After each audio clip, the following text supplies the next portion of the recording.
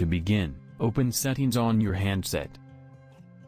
Swipe up to go down. And find Display. Tap on it. Here you will see the option, Eye Comfort Shield. Tap on it. Now tap the slider to enable this. That's it. From now on, it will automatically adjust your screen's colors based on the time of day. To customize the Eye Comfort Shield, tap Custom. From here you can set a schedule for when to apply it.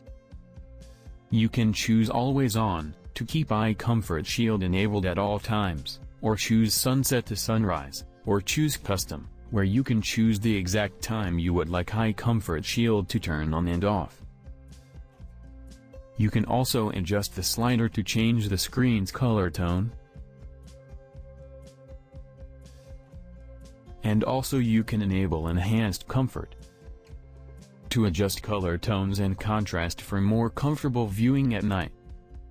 So these are all the things you need to know about using Eye Comfort Shield on Samsung Galaxy S24 Ultra.